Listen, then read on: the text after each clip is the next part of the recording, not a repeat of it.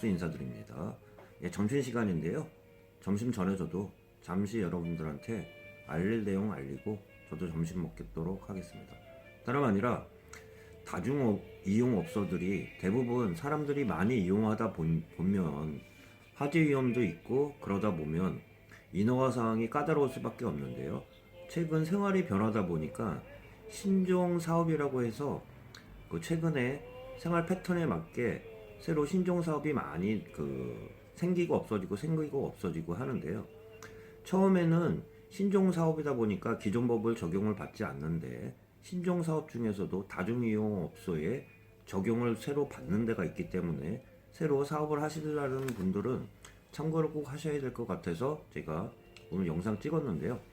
좀 말씀드려보면 작년 말에 대략적으로 말씀드려보면 소방청이 신종 업종 중에 화재 위험이 많은 곳을 발표를 했는데요. 그러면서 다중이용 업소의 추가 여부를 건의를 했는데요. 오늘 발표를 보면 정부에서는 신종업소 안전관리 강화한다는 내용에 대해서 한번 여러분들하고 이야기 나눠볼까 합니다. 출처는 건설교통부인데요. 국토교통부인데요. 정부에서는 방탈출 카페 등 신종업소 안전관리를 강화한다는 내용인데요. 한번 보면서 여러분들하고 이야기를 나눠보도록 하겠습니다. 모두의 아까 말씀드린 것처럼 다중이용업소에 속하게 되면 소방 점검이 들어가게 되고 스프링쿨러 등 그런 기반 사항이 따르게 한번 되는데요. 살펴보도록 하겠습니다. 이 표는 아까 말씀드린 것처럼 정부에서 방탈출 카페 등 신종업소 안전 강화를 위해서 신설했다는 내용인데요. 신종 유형업소들을 보면 이 말씀드리기 전에 신종업소들이 맨 처음에는 신규 업종이다 보니까 기존 법을 적용을 받지 않았는데요. 다중이용업소에 지정이 되면 기존과 같이 다중이용업소 법을 따라야 된다는 말씀 드려보면서 인허가 사항도 다중이용업소에 맞춰가지고 인허가 절차를 따라야 된다는 말씀 드려보면서 한번 신종 유형업소에 어떤 유형들이 새로 신설됐나 한번 저도 보도록 하겠습니다. 이 표에서 보시다시피 업종 유형별로 나왔는데요.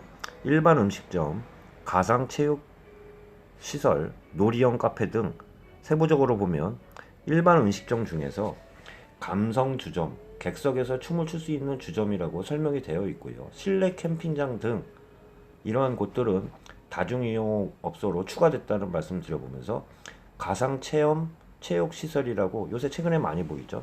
스크린 체육시설이라고 해서 야구장, 테니스장, 양궁장 등 VR방 등도 다중이용업소로 새로 추가됐다는 말씀과 함께 마지막으로 놀이형 카페들 최근에 저도 키즈 카페 최근이 아니죠. 이거는 좀 오래된 것 같아요. 키즈 카페들 많이 보였으면서 만화 카페, 방탈출 카페, 야생 동물 카페 등 이 중에 만화 카페 같은 경우는 작년에 저도 블로그에 올렸는데 소방청에서 조사 결과를 발표했는데 화재 위험이 가장 많은 곳이 만화 카페라고 그때 발표했던 자료들이 저도 기억에 남는데요.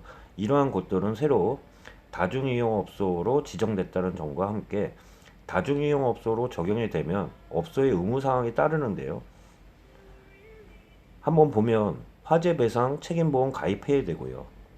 스프링쿨러가 안 돼 있는 데들은 간이 스프링쿨러도 설치를 해야 됩니다. 그리고 비상구, 내부 피난 통로 등 안정시설 설치 등으로 화재 위험에 대해서 시설 점검이 들어가면서 인허가 사항도 다중이용업소법을 따른다는 말씀 한번 드려보면서 보도록 하겠습니다.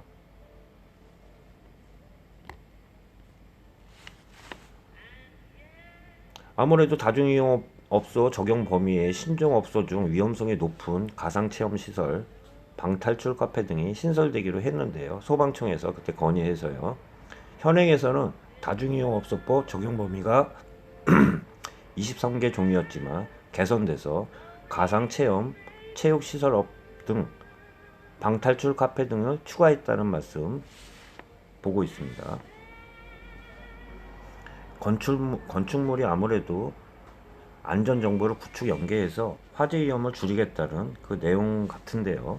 이렇게 되면 인허가 사항은 그 현행 그 기존에는 편했을지언정 다중이용업소법을 적용받는다는 말씀 드려보면서 표에서도 나왔다시피 현행에서 개선된 내용들이 나와 있는데요.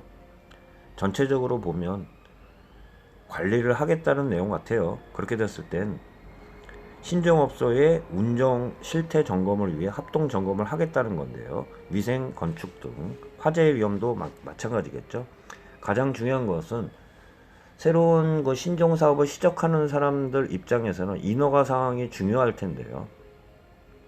현행 입장에서는 개별 부서 간 점검 방식이 한계가 따랐기 때문에 개선 내용으로는 소방관청과 사전 협의 확인한 후 주무관청에서 신고 허가 절차가 신설되었다는 점, 이 말씀 드려보면 이 내용의 뜻은 그 인허가 사항 전에 그 관계의 소방관청과 사전 확인한 후에 인허가 그 절차를 신설했다는 점이기 때문에 아무래도 새로 신규로 기존에 있는 사람들은 그 보완하겠지만 새로 하시는 분들은 소방관청과 사전 확인을 한 이후에 인허가 사항을 그 진행해야 된다는 점 다시 한번 말씀드려보면서 이제 점심시간인데요. 맛있는 점심 식사 하시고 다시 저도 여러분들한테 도움되는 영상으로 찾아뵙도록 하겠습니다. 인사드리겠습니다. 골든마우스였습니다.